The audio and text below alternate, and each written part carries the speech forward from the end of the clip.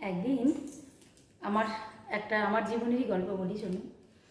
আমার এক বান্ধবী আমাকে জিজ্ঞাসা করছে, আচ্ছা রিমা, তুই যে এত ঠাকুরের পূজা করিস বা ঠাকুরকে মানিস, বলিস যে ঠাকুর মানে কৃষ্ণ প্রেম, তাহলে আচ্ছা একটা সত্যি কথা বলতো, ভগবান বলে সত্যি কেউ আছে?